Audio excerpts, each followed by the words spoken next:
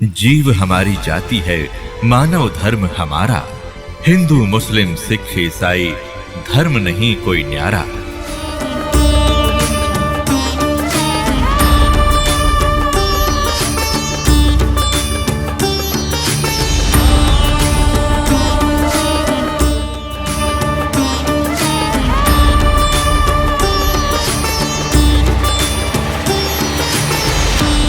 तो श्रीमद् भगवत गीता में आपको दिखाते हैं तत्वदर्शी संत की पहचान।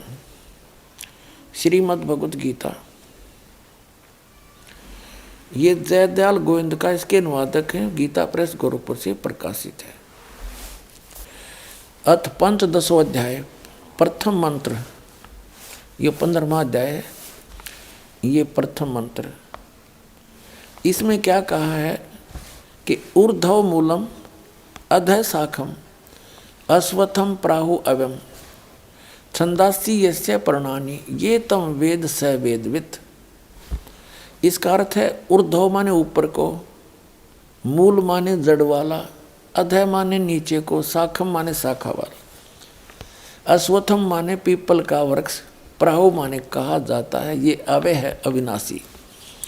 छंदासी यस्य पर्णानि, इसके जो विभाग हैं वो पत्ते आदि, शाखा आदि इसके विभाग हैं। ये तम वेद, जो उस अज्ञान अंधकार में छुपे हुए उस संसारूपी वृक्ष के विषय में जानता है, स वेदवित्, वह है वेद के तात्पर्य को जानने वाला, वो तत्वदर्शी संत है। इबिन की अनुवाद देखिएगा। ऊर्ध्व मूलम का अर्थ इन्होंने कर दिया आदि पुरुष परमेश्वर मूल वाले। ये बताना था आदि पुरुष परमेश्वर तो ऊपर को मूल रूप है। यो ऊर्ध्व माने ऊपर, अधः माने नीचे होती है। इन्होंने यहाँ गलत कर दिया, ब्रह्मा रूप मुख्य शाखा वाले, जिसे ये गलत कर दिया इन्होंने। इन अकल तो थी नहीं इनके अंदर। ये देखो इसके साथ में दूसरे श्लोक में अधः माने, अधः 2 बार है, अधः अधः। इसका अनुवाद इन्होंने यहाँ किया है नेक्स्ट पृष्ठ पे। अधः माने नीचे, अधः माने नीचे और अधः माने नीचे। ऊर्ध्व माने ऊपर होता है। अब यहाँ देखें ना, अब फिर आगे मंत्र नंबर 1 पे, 15वें अध्याय का मंत्र नंबर 1। ऊर्ध्व मूलम अधः शाखम। ये कहना था कि ऊपर को जड़, मूल माने जड़, ऊपर को जड़ वादी पुरुष परमेश्वर समझो, और अधः शाखम ये नीचे को शाखा वाला। ये संसार रूपी पीपल के वृक्ष को अविनाशी कहते हैं। वेद ये छंद कह दिया, वेद नहीं। ये जो नीचे शाखा और पत्ते रूपी जो विभाग हैं, छंद माने विभाग, उसके खंड जिसके पत्ते हैं कहे गए हैं, उस संसार रूप वृक्ष को जो पुरुष मूल सहित जानता है, जड़ से लेकर पत्तों तक बता देगा। वेद माने जानता है, स वेदवित्, स माने वह है, वेदवित् माने वेद के तात्पर्य को जानने वाला है। अर्थात वो तत्वदर्शी संत है जो ऊपर को जड़ वाला और नीचे को शाखा वाले, इस उल्टे लटके संसार रूपी वृक्ष के जो सभी विभाग बता देगा। स वेदवित्, वो तत्वदर्शी संत है। अब वो स्वयं परमात्मा आते हैं ऋग्वेद मंडल नंबर 9, सूक्त नंबर 86, मंत्र 26 और 27 में। ऋग्वेद मंडल नंबर 9, सूक्त 82, मंत्र 1, 2, 3 में। ऋग्वेद मंडल नंबर 9, सूक्त 54, मंत्र 3 में।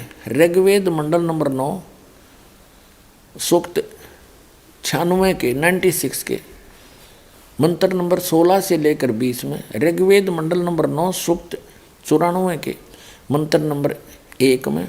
ऋग्वेद मंडल नंबर 9, सूक्त 95 के मंत्र नंबर 2 में। ऋग्वेद मंडल नंबर 9, सूक्त 20 मंत्र 1 में। ऋग्वेद मंडल नंबर 9, सूक्त नंबर 1, मंत्र नंबर 8 और 9 में।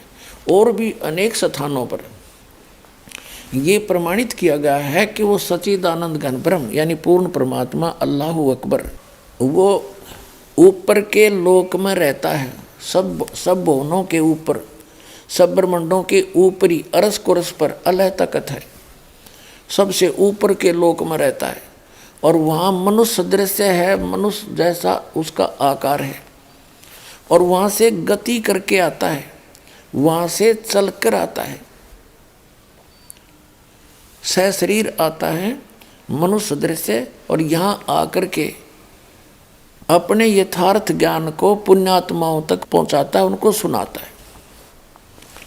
तो उस अल्लाह अकबर ने, उस बड़े भगवान ने, उस कादिर मालिक ने, उस परम अक्षर ब्रह्म ने अपने द्वारा रची हुई सृष्टि का ज्ञान स्वयं ही आकर बताना पड़ा। और तो जान कैसे सकते? तो उन्होंने कहा है अक्षर पुरुष एक पेड़ है और सरपुरुष वा की डार, और तीनों देवा शाखा हैं ये पात रूप संसार। अब वो ज्ञान इस दास को दिया परमात्मा ने, क्योंकि उनका आदेश था। जब वो मालिक आए थे, सशरीर आए थे, सशरीर चले गए थे, ना उनका जन्म हुआ और न उनकी मृत्यु हुई। सशरीर आए थे, सशरीर गए थे। वो कौन? काशी के अंदर वो अल्लाह अकबर, वो धानक जुल्हा रूप में वो परमात्मा स्वयं वहाँ रहे, अपनी जानकारी आप ही दी, यथार्थ ज्ञान भी आप ही बोला, जो सच्चिदानंद घन ब्रह्म की वाणी में लिपिबद्ध किया गया। और जिन महापुरुषों को परमात्मा ऊपर लेकर गए, फिर उनको वापस छोड़ा।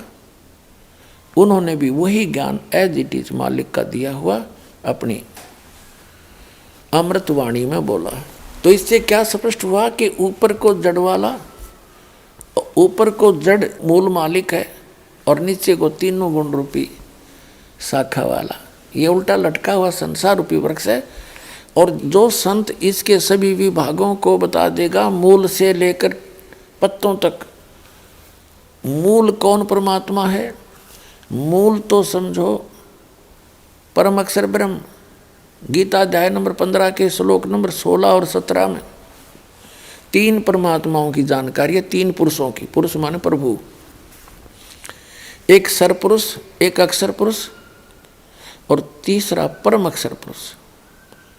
परम अक्षर ब्रह्म कहो, सर ब्रह्म कहो, सर पुरुष कहो, अक्षर पुरुष कहो, अक्षर ब्रह्म कहो, परम अक्षर पुरुष कहो, परम अक्षर ब्रह्म कहो, उसको अल्लाह ताला कहो, उसको अल्लाह अकबर कहो, परम अक्षर ब्रह्म कहो, और उसको सत्य पुरुष कहो, अविनाशी परमात्मा कहो। उस एक ही परमात्मा के पर्यायवाची शब्द है सरपुरुष और सरब्रह्म और ज्योत स्वरूपी निरंजन काल, ये इस काल ब्रह्म के पर्यायवाची शब्द हैं।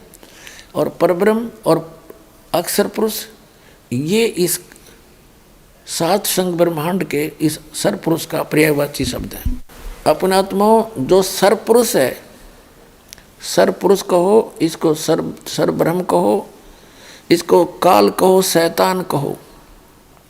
इसके 21 ब्रह्मांड हैं और 21 ब्रह्मांड के प्राणी जन्म और मृत्यु में सदा रहते हैं। इनकी कभी जन्म और मृत्यु समाप्त नहीं हो सकती।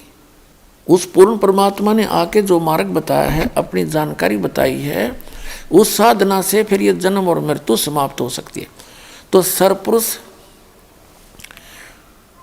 ये 21 ब्रह्मांड का स्वामी है और अक्षर पुरुष ये 7 शंख ब्रह्मांड का, नील पद्म शंख, 7 शंख ब्रह्मांड का स्वामी है, मालिक है। कंप्लीट गॉड नहीं है, अल्लाह ताला नहीं है।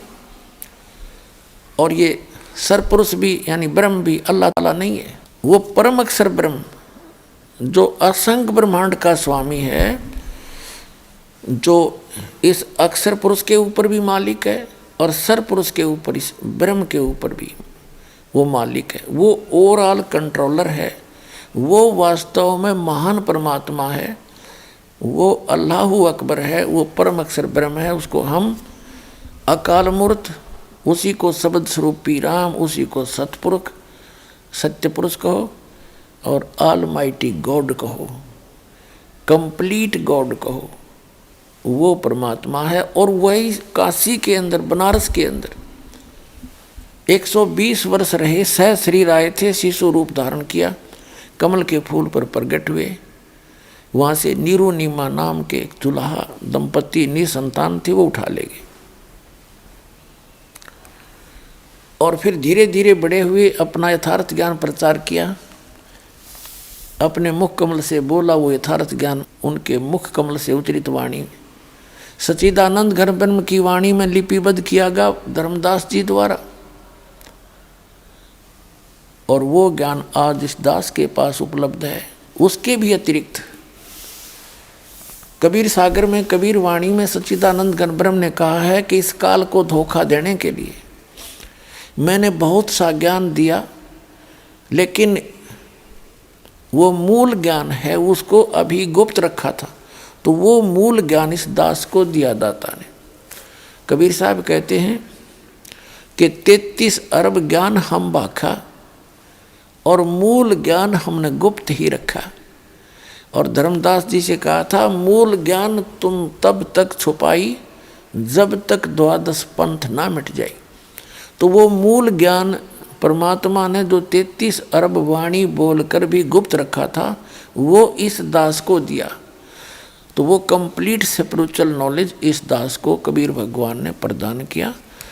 क्योंकि पहले जो भी ज्ञान मालिक ने दिया महापुरुषों को, तो उन्होंने उनको वाणी के माध्यम से, लोकोक्तियों के माध्यम से, शब्दावली के माध्यम से बोला।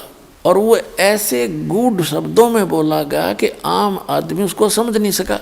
तो वो भेद, वो रहस्य छुपा रहा। अब इस दास पे कृपा करी, उन सदग्रंथों के उन गूढ़ रहस्यों को, जैसे वेदों के मंत्र, गीता जी के श्लोक और कुरान शरीफ की आयत, इस दास के अतिरिक्त ना तो मुसलमानों की समझ में आई, ना हिंदू सनातन धर्म के व्यक्तियों के समझ में आई, आचार्य और शंकराचार्य और मंडलेश्वर गुरुओं के नहीं समझ में आई, और ना ही कुरान शरीफ के आयत इन मुल्ला और काजियों के समझ में आई।